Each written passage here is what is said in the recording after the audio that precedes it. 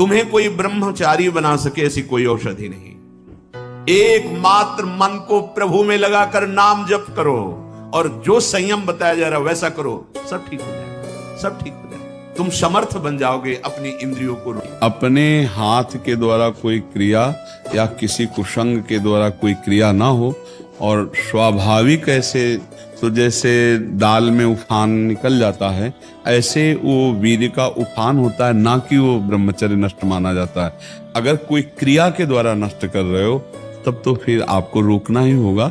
उस स्वाभाविक स्थिति के लिए जैसे 2 किलोमीटर दौड़ लगाओ, 2-4 लीटर पानी शरीर को, जो पेट साफ रहे, नस नाड़ियों से गर्मी शांत रहे, नहाने के समय उदर में ज्यादा ठंडा पानी ऐसे डाले, कुछ देर प्राणायाम व्यायाम करे, सात्विक आहार करे, गंदी बातें न सुने न देखे न मिले, तो मुझे लगता है ब्रह्मचर्य बच्चा पक्का हो जाएगा। अपने हाथ से अगर ब्रह्मचर्य नष्ट किया जाए तो फिर अभ्यास बन जाता है, फिर वो अभ्यास कसम खाने पे भी नहीं छूटता।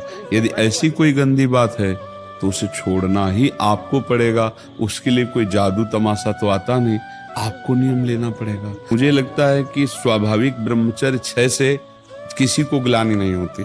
ग्लानि होती जब नियम धारण करना चाहते हैं और फिर हम जब नहीं धारण कर पाते तब हमें परेशानी होती। ब्रह्मचर्य पर महत्व ना होने के कारण ऐसा होता है।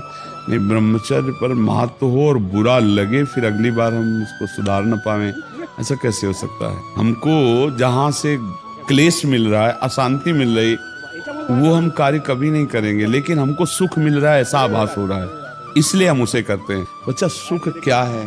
एक नई दाद जैसे हो जाए, खुजलाओ, बस उतने सुख मात्र के लिए अपने ब्रह्मचर्य का नाश कर रहे हो।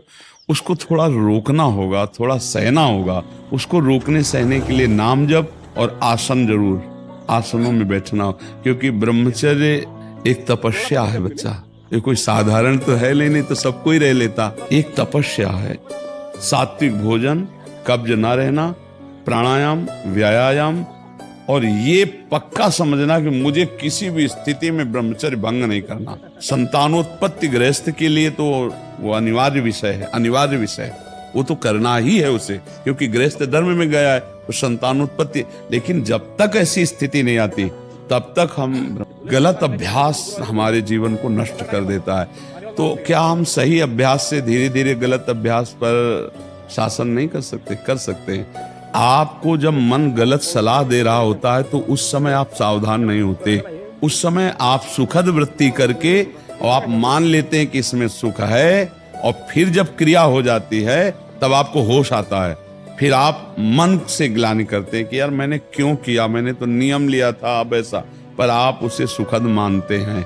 अंदर एक शीतलता सी दौड़ती जब वो बात आती कि यार सुख है इसमें, बस यही सुख की भावना ही नष्ट करती। भगवान ने काम पर विजय प्राप्त करने के लिए यही बात बताई, वैराग्य और अभ्यास के द्वारा भगवत नाम जप, सत्संग सुनना, भगवत चरित्रों का पढ़ना, आसनों पे बैठने का अभ्यास करना, प्राणायाम का अभ्यास करना, सात्विक भोजन ब्रह्मचर्य रहने के लिए एक तपस्वी जीवन चाहिए बच्चा।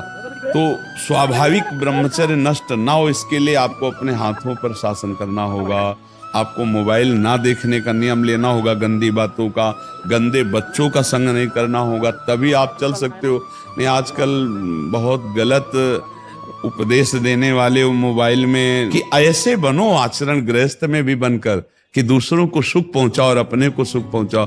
अच्छा, आप खुद बताओ, एक बार ब्रह्मचर्य क्षीण होने के बाद आपको शारीरिक और मानसिक परेशानी होती है कि नहीं? होती है ना। तो देखो वो गलत है ना, चाहे डॉक्टर कहे चाहे मित्र कहें, वो गलत उपदेश देते हैं ना। यदि आपका स्वाभाविक ब्रह्मचर्य क्षीण होगा तो आपको उत्साह, शारीरिक फुर्ती बढ़ेगी। ध्यान देना, महीने 2 महीने 2.5 महीने में जब स्वाभाविक ब्रह्मचर्य स्वप्न दोष आदि होगा, वो आपकी शक्ति नहीं होगी। वो संतान उत्पत्ति करने वाला वीर नष्ट नहीं होता, वो क्रिया से ही होता है। जैसे आपने हस्त क्रिया या और क्रियाओं का आश्रय लेकर, तो ये जो मित्र जन है ये वास्तविक शत्रु जन है, जो कहते हैं गंदे आचरण करो। यार कुछ नहीं होता, सब कोई करता है। ऐसे कई बातें कही जाती, नहीं सब कोई नष्ट हो रहा है तो हमको भी नष्ट होना है क्या? 10 लोग गलत हैं तो क्या सिद्धांत हो जाता है क्या? ऐसा नहीं।